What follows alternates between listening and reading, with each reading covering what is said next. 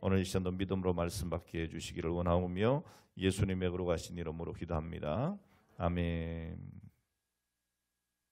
할렐루야. 오늘도 하나님의 은혜가 여러분과 함께 하시기를 축복합니다. 현대 알려진 병의 종류가 3,500개도 아니고 무려 35,000가지 이상이 된다고 그럽니다. 그러니까 여러분 35,000개 중에 지금 안 걸려서 왔으니 얼마나 감사합니까? 뭐 이 정도면 35,000개, 3.5개 정도 병 가지고 있어도 괜찮겠다. 뭐 그런 생각이 듭니다. 저도 몇 가지 있어요. 고혈압 있죠. 고지혈증 있죠. 뭐 이상한 거 있어요. 이렇게 뭐 또 뭐 간 수치가 좀 높대나 뭐. 그러니까 여러분들 따져보면 몇 가지씩 있을 거예요. 근데 여러분 이런 건 걱정할 필요가 없어요. 왜? 아는 병이기 때문에 또 치료할 수 있기 때문에 뭐 별로 문제될 것이 없습니다. 그런데 이 35,000개의 병명 중에서 약 한 5,000 종류는 현대의학으로 치료가 가능하지만 아직도 3만 개 이상의 병은 그 원인을 알 수가 없다고 합니다. 무슨 얘기인가 하면 원인을 모르면 치료할 수가 없는 거죠. 자, 그래서 고칠 수 없는 병입니다. 자, 그러니 여러분 우리가 참 이렇게 오늘 이렇게 살아간다고 하는 것이 기적 아니겠어요? 그 많은 병 중에 그래도 내가 이렇게 뭐 어느 정도 견딜 수 있는 그런 뭐 건강 상태라고 하는 것 감사하죠. 자, 이렇게 여러분 우리가 육신적으로 감기만 걸려도요 근심합니다. 그런데 요즘 더 문제가 뭔가 하면 신앙생활하는 사람들 중에 영적으로 병든 사람들이 너무 많다는 거죠. 오늘 여러분 영적으로 건강하십니까? 건강하시길 바랍니다. 그런데 여러분 다행스러운 건 뭔가 하면 신앙의 질병은 육신의 질병과 달리 원인이 분명하다는 거예요. 그러니까 고칠 수 있는 거예요. 예. 자, 영적인 병은 크게 두 가지예요. 하나는 여러분이 잘 알다시피 죄 때문입니다. 이런 감기 바이러스 때문에 감기에 걸리는 것처럼 죄 때문에 신앙의 병에 걸리는 겁니다. 또 하나는 성령을 소멸해서 그렇습니다. 여러분 성령 충만하면 문제가 없어요. 그런데 우리가 이 성령을 자꾸 소멸시킨단 말이죠. 이런 면역력이 강하면 바이러스가 우리 몸에 침투할 수도 없고 침투하더라도 소멸됩니다. 우리의 면역력이 강할 때에. 근데 여러분 면역력이 약하면 어떻게 됩니까? 사소한 것 바이러스 하나만 들어와도 견디지 못하고 병이 걸리는 거예요. 예. 자, 이처럼 여러분 우리 성령 하나님은 영적인 바이러스인 죄가 자리 잡지 못하도록 만드는 강력한 면역력이 되십니다. 우리가 신앙생활을 하면서 성령 충만하면 건강한 신앙을 갖게 되는 것이고 성령을 소멸하면 신앙은 병들게 돼 있다 그 말이죠. 오늘 여러분 신앙생활 하는데 재미가 없어. 힘이 없어. 뭔가 되는 게 없는 것 같아. 늘 우울해. 그럼 여러분 성령을 소멸하신 거예요. 무슨 말인가 하면 성령님을 멀리 한 거예요. 멀리 갔더니예요. 멀리 가면 어떻게 돼요? 처량하고 고뇌해요. 슬프고 또 외로워. 그래서 정처 없이 다녀. 그러니까 여러분 그때 어떻게 되느냐? 예수 내 주여 지금 내게 오소서. 오늘 여러분 그래서 성령 충만을 우리가 받아야 돼요. 할렐루야. 자, 오늘은 이 사도신경 강의 10번째 시간 성령을 믿사오며입니다. 자, 이 고백을 통해서 성령님에 대해서 함께 말씀을 나누었으면 좋겠습니다. 사실 이 성령에 대해서 우리가 10번, 100번도 강의할 수 있어요. 왜? 너무 소중한 말씀이잖아요. 우리 성령 하나님에 대한 오늘 그런 말씀들이. 자, 그럼 오늘 우리가 좀 요약해서 몇 가지를 생각을 하려고 합니다. 여러분 우리가 신앙생활 하면서요 정말 조심해야 될 것 두 가지가 있습니다. 하나는 뭔가 하면 아주 지나친 이성주의 조심해야 합니다. 또 하나는 뭐예요? 지나친 신비주의도 경계해야 합니다. 우리가 신앙생활 하면서 이 두 가지를 우리가 경계하지 않으면 잘못된 신앙으로 빠집니다. 여러분, 하나님께서 우리 인간을 인간답게 살 수 있도록 이성을 주셨습니다. 그래서 이성을 통해서 우리는 추리적인 기능과 비판적인 기능을 가질 수가 있습니다. 그래서 이거는 옳다 그르다 판단할 수 있게 한단 말이죠. 또 오늘 이러이러하니 내일은 어떻게 했다고 하는 추리를 할 수가 있습니다. 내가 이렇게 살면 잘 되겠구나, 뭐 이런 거, 그죠? 이렇게 하다간 큰일 나지. 그래서 조심할 수가 있는 거죠. 자, 그래서 이 이성을 가진 인간은 오늘을 살면서도 내일을 생각하고 내일을 준비할 줄 압니다. 그래서 오늘 현재 견디기 힘든 일이 닥쳐도 내일을 예측하고 오늘 그리고 희망을 갖기도 하고, 또 어떤 사람은요, 오늘의 암담함을 극복하지 못하고 내일도 부정적으로 생각을 하고 심지어는 자기의 목숨을 스스로 끊는 사람들도 있습니다. 자, 이렇게 우리 인간은 다른 동물과 달리 추리 기능으로 미래를 예측한 후에 미리 절망하거나 또는 소망 중에 기뻐하면서 살아가게 되기도 합니다. 오늘 여러분 믿음으로 승리하시기 바랍니다. 자, 그런데 여러분, 이런 극단적인 이성주의는 우리가 경계해야 된다. 왜 그렇죠, 여러분? 이 극단적인 이성주의는 신앙의 독이 되기 때문입니다. 왜냐하면 자기의 판단에 자기 나름대로 그 판단을 기준으로 분석을 하고 확인을 한 뒤에만 자꾸 뭔가를 받아들이려고 하기 때문이에요. 이건 상당히 위험하죠. 특히 우리는 어릴 때부터 과학적인 논리로 배움을 받습니다. 또 아주 잘못된 건 뭐예요? 영기가 엉터리인데요. 말도 안 되는 건데 학교에서 가르칩니다. 진화론. 여기 우리가 여기 거의 쇠뇌되어 있어요. 예? 쇠뇌되어 있어요. 그래서 사실 진화론은 여러분 말도 안 되는 얘기입니다. 뭐 아메바에서 어떻게 변이가 일어나가지고 뭐 다세포 생물이 되고 거기에서 뭐 원인류가 나오고, 원인류가 뭔지 알죠? 원숭이. 그게 어떻게 변이가 일어나가지고 우리 장교환 장님이 됐다. 이런 거예요. 예? 장로님 인정하시겠어요? 장로님 조상이 원숭이야, 인정이 안 되잖아요.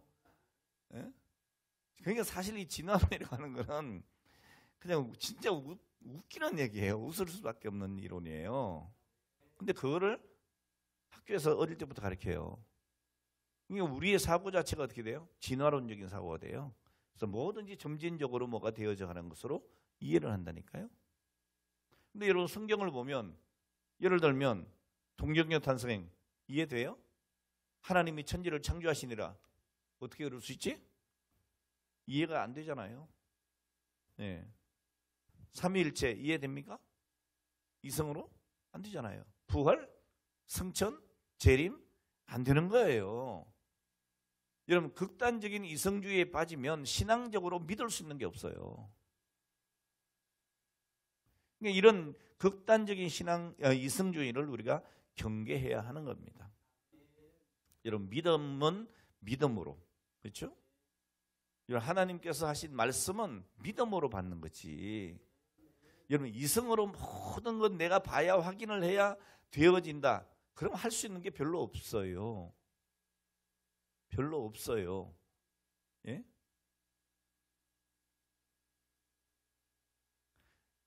동대문에 가본 사람보다 안 가본 사람이 이긴대잖아. 예? 나는 가서 봤어요. 이게 동대문에 문지방이 있나 없나. 근데 안 가본 사람이 막 우기면 그게 있는 것도 없는 게 되고 없는 것도 있는 게 돼. 여러분, 사람의 판단은요 정확하지가 않아요.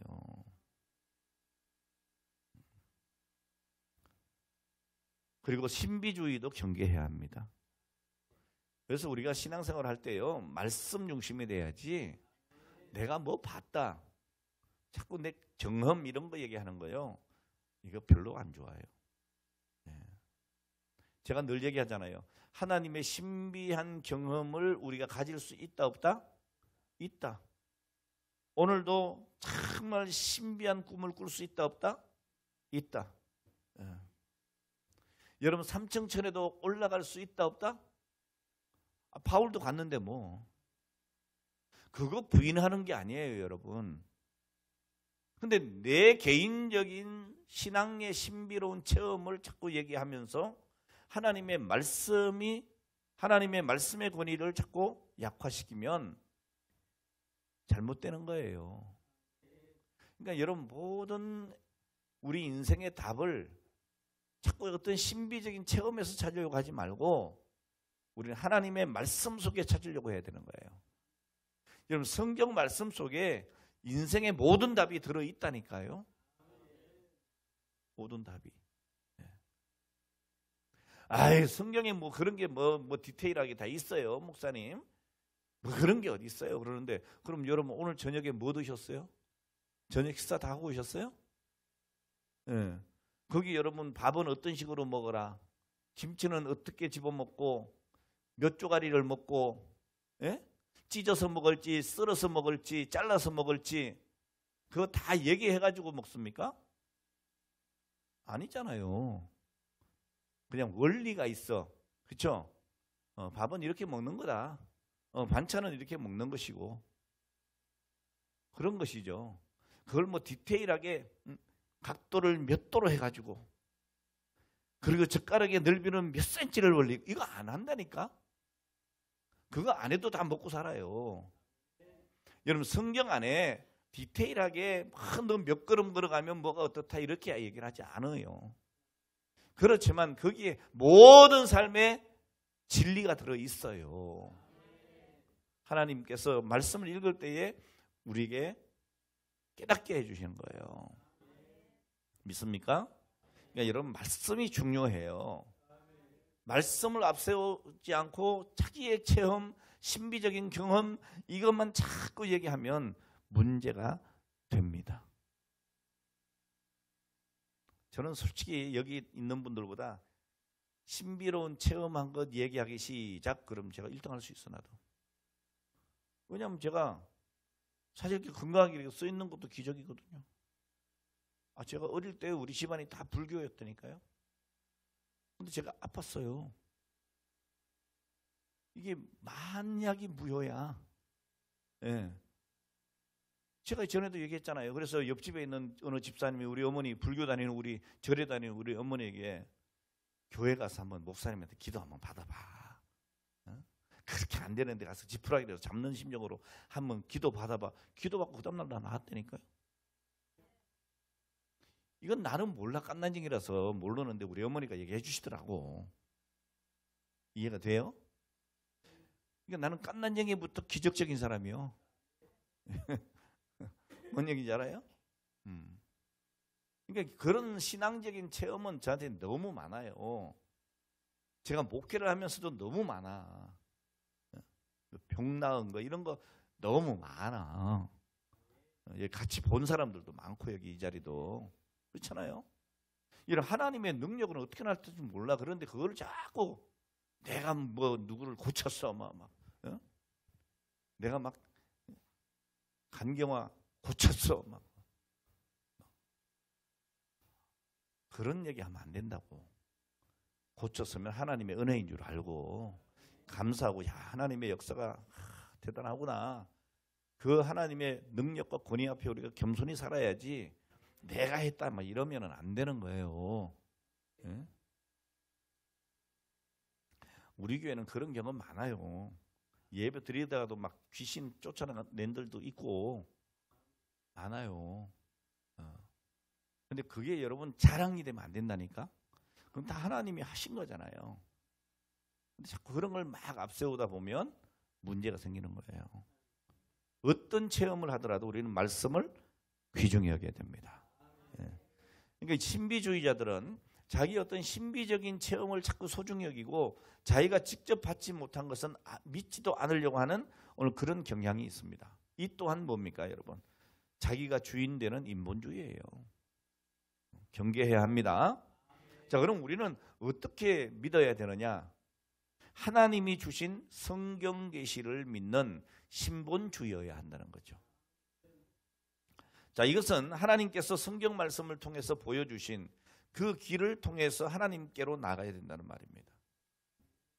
하나님이 믿음을 주셔야 믿고 마음의 문을 열어주셔야 우리가 알 수 있고 일할 수 있는 거죠. 자, 그래서 우리는 어떻게 해요? 늘 하나님의 은혜를 구하는 거예요. 하나님 믿게 해주시옵소서. 하나님 보여주시옵소서. 하나님 능력 주셔서 일하게 해주시옵소서. 늘 여러분 우리 하나님께 무릎을 꿇는 거죠. 그래서 그리고 말씀을 통해서 우린 답을 얻기를 원하는 겁니다. 자, 그래서 우리가 성령님에 대해서도 자꾸 내가 체험한 성령 받았어 그러면서 뭐 이상한 얘기하면 안 된다 그 말이에요. 어떤 분은 내가 성령 받고 방언이 터져서 그래서 방언 안 받으면 성령 안 받은 거래. 그런 게 아니에요. 여러분 예수 그리스도가 믿어지는 것. 내가 예수님 때문에 구원받았다. 나는 분명히 예수님 때문에 천국 간다. 이게 믿어지면 성령 받은 거예요. 왜냐하면 여러분 성령이 아니고는 예수를 주로 시인할 수 없다 그랬어요. 그러니까 여러분들이 예수를 주로 시인하면 성령 받은 거예요. 근데 자꾸 엉뚱한 소리 하는 사람들이 있다니까. 여러분 그런 말에 넘어가면 안 됩니다. 예. 자, 그럼 이 성령에 대해서 우리가 좀 바른 이해를 가지기 위해서 몇 가지 말씀을 드립니다. 자, 성령은 누구실까? 성령은 하나님이시다. 우리가 자꾸 뭐 성령 받아라, 뭐 성령 받았네. 이게 무슨 물건처럼 우리가 이해할 수가 있는데요. 말은 우리가 그렇게 하죠. 왜? 성경에도 성령 받으라 하니까. 근데 성령님을 우리는 물건 취급이나 아니면 어떤 파워, 어떤 능력이나 뭐 이런 쪽으로 우리가 이해하면 안 돼요. 성령님은 하나님이신 거예요. 성경에 하나님의 영, 아버지의 영, 아들의 영, 또 주의 성령 등등 이름이 나오죠. 자, 이런 비유들의 표현도 있어요. 성령을 물, 불, 바람같이, 비둘기 같은 성령 이렇게 나와요. 자, 그러나 성령님의 이런 표현들도 물질적인 표현이 아닙니다. 상징적인 하나님의 성품이나 하나님의 일하시는 오늘 그 모든 것들을 이해하기 쉽게 설명하기 위해서 불 같은 성령 이렇게 얘기하는 거지. 이해가 됩니까? 오늘 저는 성령님은 누구시다? 하나님이시다. 언제적부터? 처음부터. 창조 때에도 성령 하나님은 하나님이신 겁니다. 삼위일체 하나님. 성령님은 창조주 하나님이시다는 거예요. 그거 어디 나와요? 창세기 1장 2절에 보면 하나님의 영은 수면 위에 운행하시니라 그랬잖아요. 베드로 사도는 성령님을 속이는 것을 뭐라고 했어요? 하나님을 속인 것이라고 말씀합니다. 사도행전 5장 3절로 4절을 보면 내가 성령을 속이고 땅값 얼마를 감추었느냐? 사람에게 거짓말한 것이 아니고 하나님께로다 그랬어요. 성령님이 어떻게 우리 가운데 오시는지 예수님께서 이렇게 말씀해 주셨습니다. 요한복음 14장 16절에 내가 아버지께 구하겠으니 그가 또 다른 보혜사를 너희에게 주사 영원토록 너희와 함께 있게 하리니 그랬어요. 그리고 요한복음 14장 26절에 가서는 보혜사 곧 아버지께서 내 이름으로 보내실 성령 그가 너희에게 모든 것을 가르치고 내가 너희에게 말한 모든 것을 생각나게 하시리라 그랬습니다. 여러분 성령 하나님은 삼위일체 하나님이십니다. 여러분 하나님은 한 분이십니다.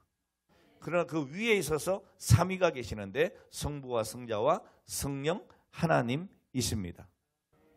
이 삼위일체 하나님은 동일 존재하시는 분이십니다. 동일 권능을 받으십니다. 믿습니까? 예. 동일한 역사하십니다.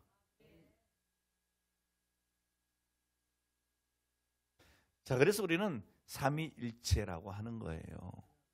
이걸 자꾸 여러분 자꾸 어떻게 이해하기 쉽게 하려고 자꾸 무슨 비유를 들어서 하고 이거 안 하셔야 돼요.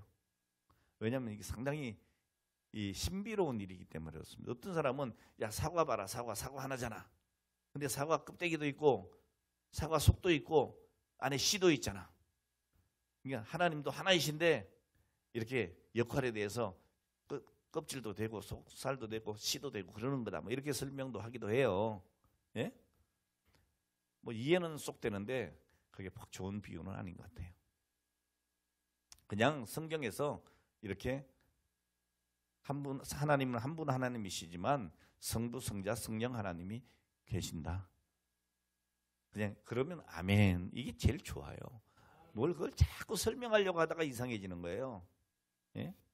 물론 설명은 할 수 있겠지만 오늘 여러분들은 말씀을 그대로 믿음으로 받는 것이 더 좋겠다 하는 말씀입니다. 자, 어쨌든 하나님께서 성경을 통해서 계시해 주시는 것을 우리 믿는 겁니다.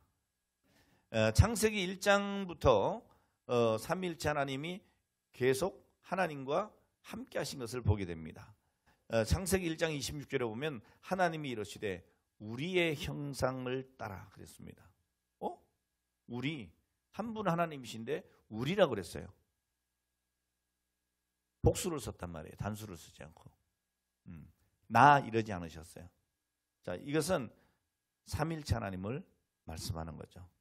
성부, 성자, 성령 하나님 우리의 형상을 따라 우리의 모양대로 우리가 사람을 만들고 우리가 누구예요? 성부, 성자, 성령이시다. 자, 그리고 삼위일체 하나님은 구원 사역에도 함께 동력하셨다. 에베소 1장 3절로 14절 말씀을 쭉 읽어보시면 성부 하나님이 구원 계획을 세우십니다. 성자 하나님이 구원의 사역을 이루시고 성령이 우리에게 이 구원을 적용시켜 주시는 것을 말씀하고 있습니다. 3절로 5절까지 보면 이렇습니다. 찬송하리로다 하나님 곧 우리 주 예수 그리스도의 아버지께서 성부 하나님 그리스도 안에서 하늘에 속한 모든 신령한 복을 우리에게 주시되 곧 창세전에 그리스도 안에서 성부 하나님이 그리스도 안에서 우리를 택하사 우리로 사랑 안에서 그 앞에 거룩하고 흠이 없게 하시려고 그 기쁘신 뜻대로 우리를 예정하사. 여기서 우리 장로교의 예정론이 나오는 거예요. 예정하셨다. 그리고 예수 그리스도로 말미암아 자기의 아들들이 되게 하셨다는 거예요. 예수로 인하여 우리가 하나님의 아들들이 되었다는 거예요. 그리고 17절에 보면 이렇게 말합니다. 우리 주 예수 그리스도의 하나님 영광의 아버지께서 지혜와 계시의 영을 너희에게 주사 하나님을 알게 하시고. 여러분, 우리가 성경을 읽으면서 예수 그리스도에 대해서, 하나님에 대해서, 하나님의 역사에 대해서 알게 해주시는 분이 누구시다? 성령 하나님이시다. 오늘 여러분, 성부, 성자, 성령 하나님은 영원토록 완전한 하나이십니다. 그리고 아름답고 거룩한 질서로 온전한 하나가 되십니다. 자, 그리고 성령님은 어떤 분이시냐? 두 번째, 생명을 주시는 분이시다. 자, 첫 번째 뭐라고 했어요? 하나님이시다. 이거 부정할 수 없습니다. 예. 그 다음에 부정하면 안 되죠. 두 번째, 생명을 주시는 분이시다. 창세기 2장 7절에 보면 여호와 하나님이 땅의 흙으로 사람을 지으시고 그 코에 생기를 코에 불어넣으셨다. 그래서 사람이 뭐가 됐다? 생명이 됐다. 그러니까 첫 사람 아담에게 생명을 불어넣어 주신 분. 자, 그런데 불행하게도 이 첫 인간 아담은 죄로 인하여 어떻게 돼요? 죽게 되죠. 자, 그때 성령께서 우리에게 새 생명으로 거듭나게 하시는 일을 하십니다. 니고데모에게 예수님께서 이렇게 말씀하십니다.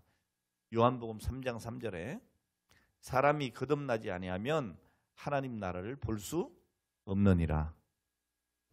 니고데모가 생각하니까 이상해. 그러면 우리가 다시 어머니 뱃속 들어갔다가 다시 태어나야 되나? 거듭난다고 하는 건 다시 태어난다는 거니까. 그때 예수님께서 뭐라 그럽니까? 진실로 너희에게 이르노니 사람이 물과 성령으로 나지 아니하면 하나님 나라에 들어갈 수 없느니라. 자, 성경은 또 말세의 징조 중에 대표적인 것으로 인간성의 타락을 꼽습니다.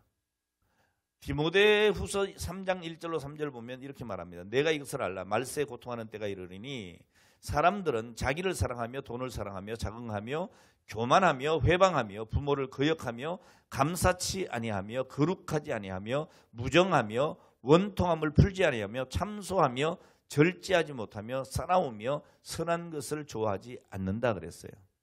자, 이 예언의 말씀대로 점점 여러분 이 세상이 어떻게 돼갑니까? 인간성은 더 악해져 갑니다.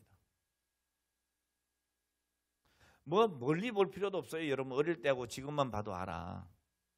예? 제가 중고등학교 다닐 때만 해도요. 아무리 못된 놈들도 소위 말하는 막 날아다니는 청소년들도 비행 청소년 그들도 막 못된 짓 하다가 누가 어른이 이놈들 그러면 어떻게 했어요? 그냥 깨갱 이렇게 했다고. 근데 요즘에는 자기 할아버지도 때려.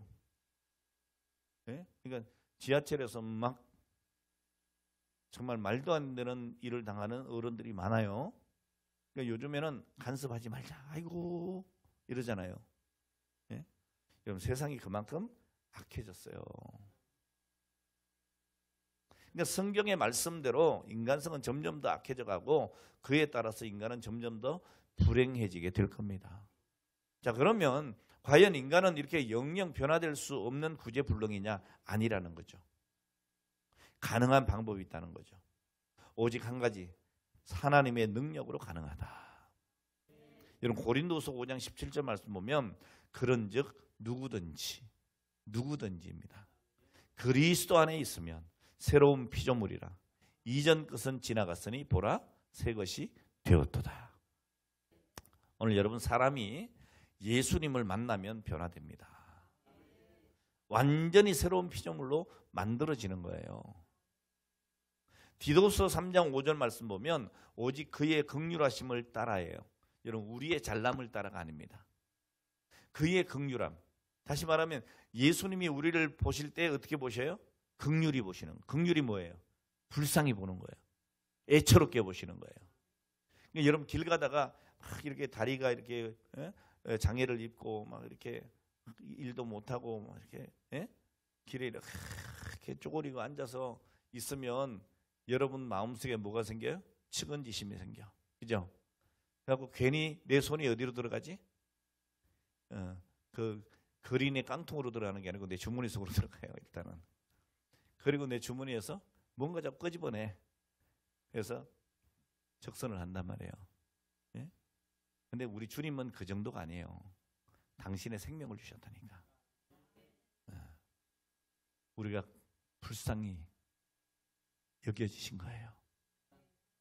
자, 그러니까 오늘 저는 오직 그의 긍휼하심에 따라 중생의 시선과 성령의 새롭게 하심으로 하셨다. 그러니까 하나님의 영인 성령이 우리 인간을 변화시킬 수 있어요. 그러니까 여러분, 저 사람은 좀 변화됐으면 좋겠어. 저놈이 좀 어떻게 변할 수 없나?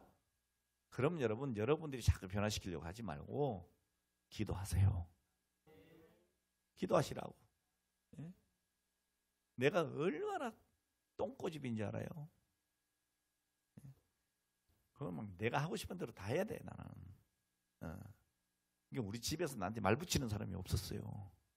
왜? 안 돼. 그냥 내 뜻대로 해야 돼. 예? 아니면 뭐 때를 쓰고 그것도 안 되면 나 혼자 다락에 올라가서 안 내려온다니까. 밥 먹으라 그럴 때까지. 알았으니까 내려와서 밥 먹으라 그럴 때까지 쩔쭉 웃는다니까. 어릴 때부터 그랬어요. 아주 못됐어요. 얘가. 근데 지금은 아니에요. 지금은 물렁물렁해졌어요. 왜요? 저희 어머니가 기도하셨죠. 그리고 결혼하고는 우리 집사람이 기도를 했겠지. 저 인간 좀 변화시켜 달라고. 제발 좀. 우리 애들도 속으로 그랬을 거예요. 우리 아빠 저 고집탱이 아빠 좀 변화시켜 주세요. 그랬겠지. 요즘 내가 다 진다니까. 이해가 돼요? 여러분 사람을요 내가 변화시킬 수 없어요. 기도하셔야 돼요. 아우 저 새끼는 내 뱃속으로 안 났으면 좋을 그랬어. 그런 소리 하지 말고 기도하세요. 오늘 그런 자식들이 더 효도한다니까. 또 변화되면 왜 해볼 거 다 해봤거든. 이해가 돼요? 여러분 그냥 온실에서 이렇게 자라난 화초는요 뭐 바람만 훅 불어도 그 시들어요. 근데 여러분 비바람 맞고 막 이런 화초 이 꽃은요 웬만한 데는 안 기울어. 딱 선다니까. 그렇다고 여러분 자녀들이 막 맨날 비행기 타라는 게 아니에요. 뭔 얘기인지 알아요? 비행 청소년 되라는 게 아니라고. 그러나 그런 일이 있을 때 여러분 기도하셔야 돼요. 우리 임장로님도 맨날 막 마디자루 들고 너무 새끼 막 그냥 그러고 성진이 쫓아다니고 나는 위에서 구경하고 그랬어.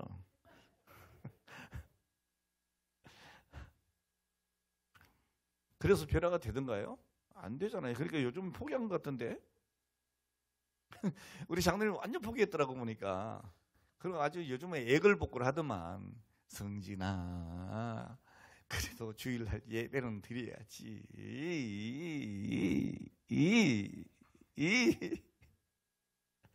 아이고 애처로워졌어. 근데 그게 맞는 거예요 장로님. 기도하는 거죠. 다 큰 자식 내가 뭐 어떻게 할 거예요. 지금도 뭐 마디자루 갖고 하면 그 부러뜨릴 걸 아마. 안 되는 거예요. 오늘 여러분 성령님이 인간을 변화시킬 수 있다. 여러분 스가랴 4장 6절 말씀 보면 만군의 여호와께서 말씀하시되 이는 힘으로 되지 아니하며 능으로 되지 아니하고 오직 나의 영으로 되느니라 그랬어요. 오늘 여러분 기도하셔요. 여러분 성령으로 거듭나야 영생 얻고 천국에 들어갈 수 있습니다. 여러분 거듭난다고 하는 말은 새롭게 두 번째로 하나님께로부터 태어난다는 뜻이에요. 그러니까 여러분 몸이 다시 태어난다는 게 아닙니다. 영이 다시 새롭게 태어난다 그 말이죠. 여러분 첫 번째 출생은 육체의 출생입니다. 부모를 통해서 몸에서 태어납니다. 그렇게 얼마를 삽니까? 오늘 우리 장로님들은 5세만큼은 꼭 사시기를 바랍니다. 우리 권사님들도 모세보다 한 7살 더 사시길 바랍니다. 왜냐하면 아니 장로님들이 먼저 가시면 안 돼. 그럼 좀 추해. 그래서 나도 우리 집사람보다 좀 빨리 가는 생각을 하고 있거든요. 자, 어쨌든 여성들은 혼자서도 잘 살더라고. 뭐 어쨌든 간에 장수하시기 바랍니다. 근데 여러분 잘 살아봐야 120년이야. 그죠? 자, 그 귀한 생애 아니에요. 단 하루를 살아도 우리 육신의 생명 귀한 겁니다. 자, 그런데 여러분 성령님이 우리의 영을 다시 태어나게 하십니다. 얼마를 살게 해주시죠? 1000년? 10,000년? 영원히 살게 한다니까. 얼마나 귀한 거예요 여러분. 할렐루야. 여러분 누가 거듭나게 할 수 있는 겁니까? 요한복음 1장 12절로 13절 말씀 보니까 영접하는 자 곧 그 이름을 믿는 자들에게는 하나님의 자녀가 되는 권세를 주셨으니 이는 혈통으로나 육정으로나 사람의 뜻으로 나지 않고 오직 하나님께로서 난 자들이다. 그러니까 예수를 믿는 사람만이 거듭날 수 있다.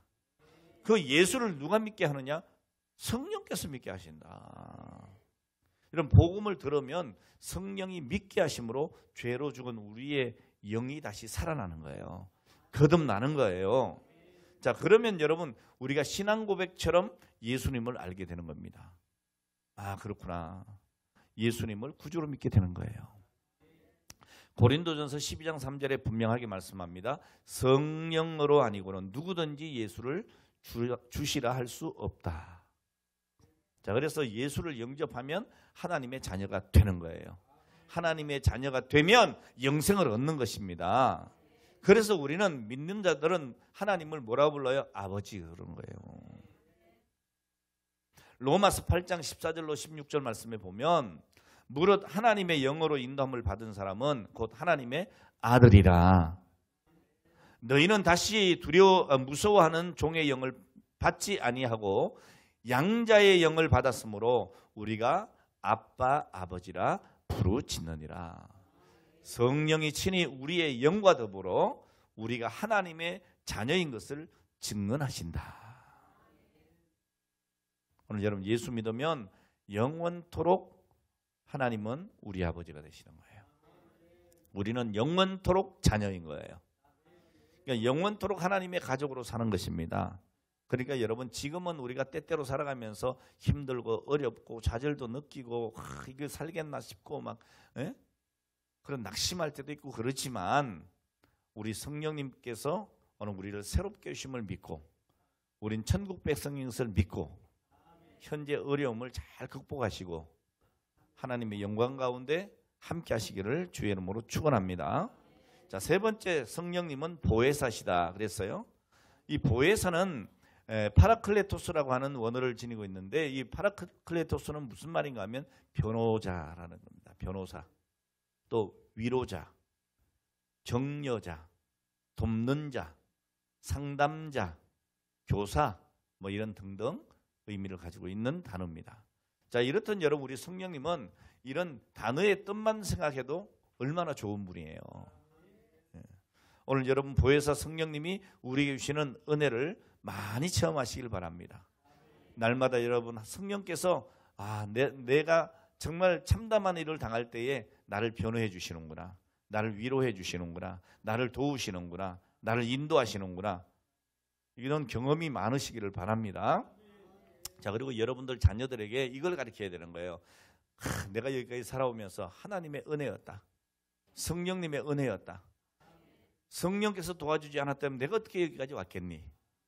너희들도 성령의 인도함을 받아라. 이걸 여러분 늘 축복하셔야 돼요. 예? 여러분 어린 자녀든지 성장한 자녀든지 간에 여러분들이 자꾸 그들을 위해 축복해 주셔야 돼요. 자, 보혜사 성령님은 어디에 계시느냐 그러면 어디 계실까요? 요한복음 14장 17절에 보면 그는 너희와 함께 거하시며 또 너희 속에 계시겠습니다. 여러분 성령님은 멀리 계시지 않아요. 우리와 함께 계시고 우리 속에 거하신대요. 그러니까 언제든지 여러분 속에 계신 그분과 대화할 줄 알아야 돼요. 믿습니까? 그럼 언제 동안 함께 계실까요? 요한복음 4장 16절에 보니까 영원토록 너희와 함께 있게 하리니 그랬어요. 언제까지나. 그러니까 여러분 성령님은 떠나는 법이 없어 나를. 여러분이 성령님을 자꾸 떠나서 문제가 되는 거지. 여러분 성령님은 항상 계시는 거예요. 믿습니까? 오늘 여러분 이 땅에 살면서 어느 누구든지 여러분 평생 어떤 경우에도 나를 떠나지 않고 나와 함께 사는 사람이 있어요, 없어요? 없어요. 없어요. 부모님 있잖아요. 부모님도 떠나요. 배우자요? 아이고 왼수 같은 그런 왼수가 없어 때로는. 네? 오늘 여러분 자녀, 형제, 친구 아니에요. 여러분. 그 누구도 언젠가는 떠나요. 네. 좋아도 떠나고 싫어도 떠납니다. 그러나 성령님은 영원히 떠나지 않으십니다. 그래서 너무나 고맙고 감사한 거예요. 그래서 너무 참 좋은 거예요. 그래서 우리가 찬양하는 겁니다. 좋으신 하나님, 좋으신 하나님, 참 좋으신 나의 하나님. 여러분 이 그냥 부를 때고 지금하고 좀 감정이 다르지 않아? 네. 참 좋으신 하나님이에요. 이 여러분 하나님 우리 성령님을 늘 고백하고 여러분 내 속에 모시고 그분의 인도함 따라서 살아가시길 바랍니다. 자, 그럼 이 보혜사 성령님과 우리가 동행하려면 어떻게 신앙생활을 해야 될까? 오늘 별거 다 가르쳐주네. 예? 자, 어떻게 하면 될까? 잘 들으세요, 여러분. 에베소 5장 18절 말씀 보니까 술 취하지 말라. 이는 방탕한 것이니 오직 성령으로 충만함을 받으라 그랬어요. 여러분, 오직 성령 충만을 받으라 명령하시는 겁니다. 여러분, 성령님은 내가 소유하는 게 아닙니다. 성령께서 성령님께 우리가 소유당해야 되는 거예요. 성령님의 지배를 받아야 되는 거예요. 우리 장로님 술 드셔보셨죠? 담대하게 이해하시네. 많이 드셔보셨죠? 막 밤새워서도 드셔보셨죠? 거짓말 못해. 내가 다 알기 때문에. 예수 믿기 전이었으니까. 저런 분이 우리 교회 장로님 되셨네. 자, 술을 드실 때 한번 물어보자고요. 처음에는 장로님이 술을 드셨죠. 근데 한 잔 마시고 또 한 잔 마시고 한 잔에 또 한 잔 들어가고 이렇게 되면 나중엔 누가 누굴 마시죠? 술이 장로님 마셨잖아요. 그죠? 처음에는 내가 마음대로 내가 이렇게 마셨는데 나중에는 술이 나를 마셔가지고 내가 마음대로 돼야 안 돼요. 걷는 것도 똑바로 돼야 안 돼요. 해봤어요? 문제가 많네.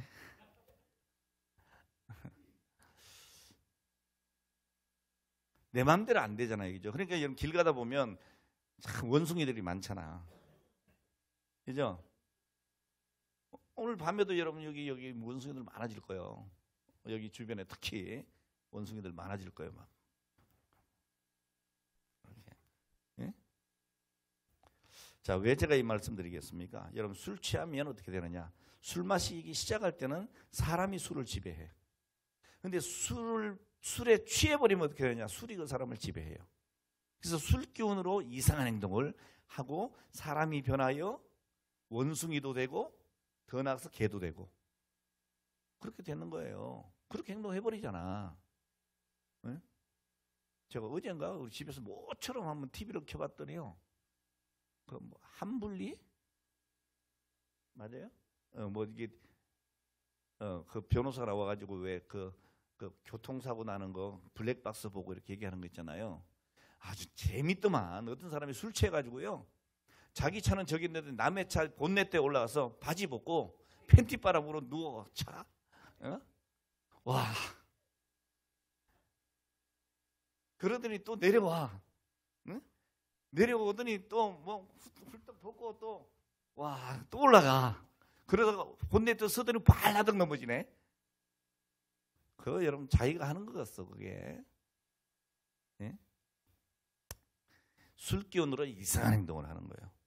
그러니까 자기의 의지대로 움직일 수 없게 돼요. 성령 받은 것도 비슷해요. 예? 여러분 성령 충만하면 그런 게 아니고 은혜를 받아요. 은혜를 받아요. 예. 감동을 받아요.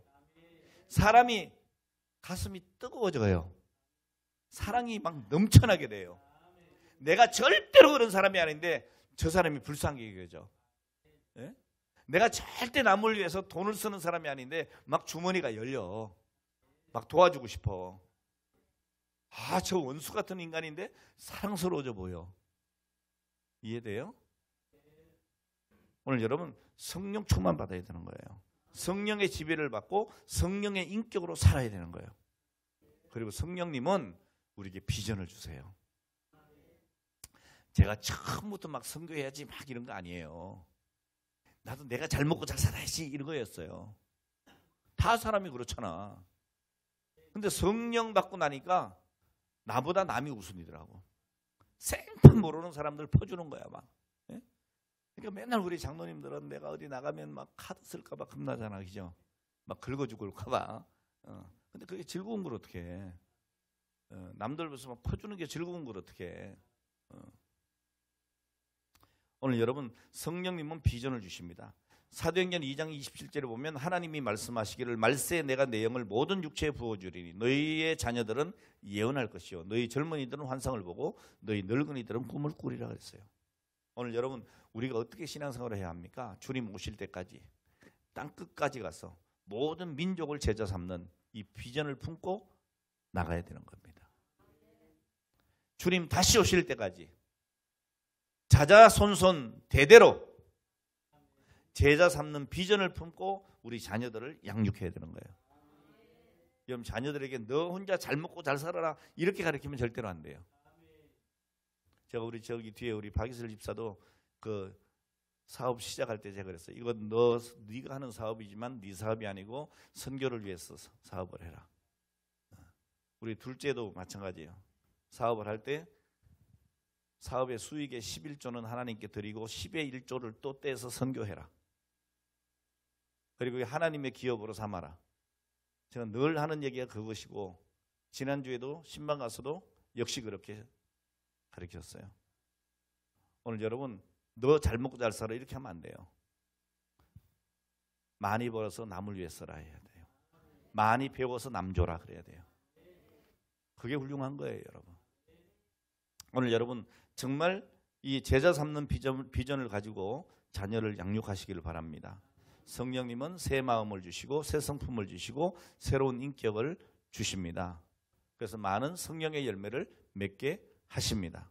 갈라디아서 5장 22절로 23절 말씀 보면 오직 성령의 열매는 사랑과 희락과 화평과 인내와 자비와 양성, 충성, 온유, 절제 이 같은 것을 금할 법이 있다 없다? 없다. 오늘 여러분 성령님에 대해서 우리가 얘기하기는 너무너무 많아요. 너무 많지만 오늘 이렇게 정리를 좀 하도록 하겠습니다. 오늘 말씀을 맺겠습니다. 우리는 성령님을 소멸하면 안 됩니다. 여러분 소멸이라고 하는 말은 헬라어로 보면 스벤누미라고 하는 말입니다. 스벤누미. 이 말을 번역한 건데 무슨 말인가 하면 불타고 있는 것을 끄트려 버린다는 거예요. 오늘 여러분 성령의 불을 끄트리지 않길 바랍니다. 구약에 보면 하나님께서 모세에게 일러 제단의 불을 항상 피워 꺼지지 않게 하라고 레위기서 6장 12절에 말씀하고 있습니다. 여러분 제단 불은 성도들의 지칠 줄 모르는 헌신을 상징하기도 합니다. 오늘 여러분 내가 삶에서 믿음 생활하면서 헌신의 불이 꺼져버리면 오늘 그게 여러분 쉽고 편한 게 아닙니다. 내가 왕년에 많이 했지 헌신 많이 했지 이 소리 하는 분은 불쌍한 사람이에요. 지금 헌신해야 돼요. 지금. 할렐루야. 내가 옛날엔 기도 참 많이 했는데 그건 지금 안 한다는 얘기예요. 내가 전도 많이 했는데 진짜 우리 그 박춘자 원사님 전도 많이 했는데 옛날에는 오늘 요즘 별것도 아니요. 회개가 일어나야 된다니까. 왜 그때 됐는데 지금 안 돼? 늙었어. 왜 자기를 스스로 늙게 만들어요? 예? 절대 안 늙었어요. 아멘입니까? 내가 늙었다 그러면 늙어요. 그러나 내가 하나님 주신 새 힘으로 내가 더 충성하겠다. 헌신하겠다.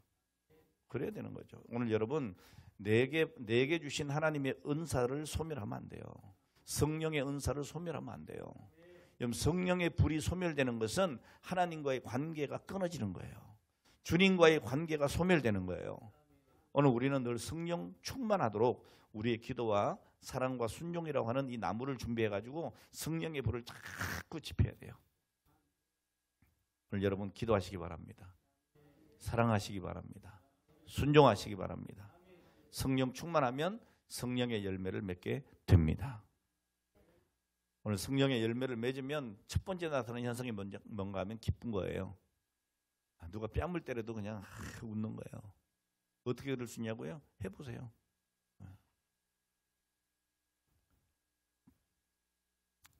누가복음 15장 11절에 말씀합니다. 내가 이것을 너희에게 이름은 내 기쁨이 너희 안에 있어 너희 기쁨을 충만케 하려 함이라. 그리고 성령 충만할 때 우리에게 허락하시는 좋은 열매가 뭔가 하면 화평이에요. 마음이 편안해. 막 사업이 망해도 편하다니까. 제가 영성훈련 한창 할 때 그때 훈련받으러 들어온 그 주바라기들이 있잖아요. 그 훈련생들이 오는 분들 간증 들어보면 별 얘기들이 다 있어요. 막 부도 맞았는데 뭐 추천해가지고 이번에 그냥 은혜 받자 뭐 어차피 부도 난 거 그러고 들어왔다는 거 아니겠어요? 근데 은혜를 받는데 너무 마음이 편한 거야. 화평한 거야. 예? 은혜를 안 받았으면 이거 부도 어떻게 막냐고 막 그럴 텐데 그냥 탁 내려오고 하나님만 봤다는 거 아니에요. 그 다음 주에 만나가지고 간증을 들어보면 아이고 나갔더니 이 사람 저 사람이 하고 다 막아놨더라는 거 아니에요. 오늘 여러분 막혔던 부도가 났던 그게 문제가 아니에요. 하나님이 우리에게 화평을 주신다. 예? 화평하지 못하는 자도 성령 충만하면 화평하게 된다. 형제와 가족들과 친구들, 동료, 성도들 간에도 여러분 화평하게 된다.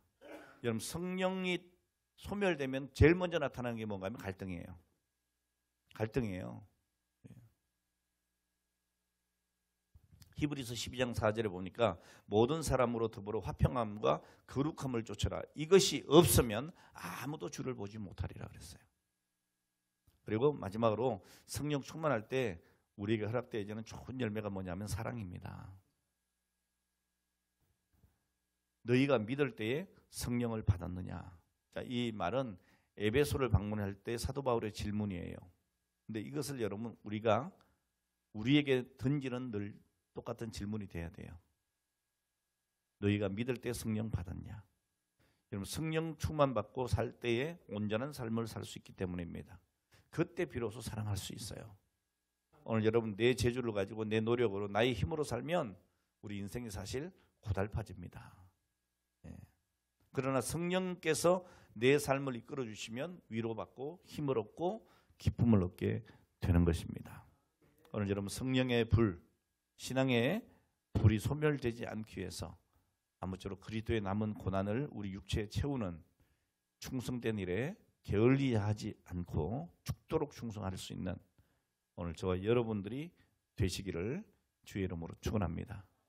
성령을 믿사오며 기도하겠습니다. 하나님 아버지 감사합니다.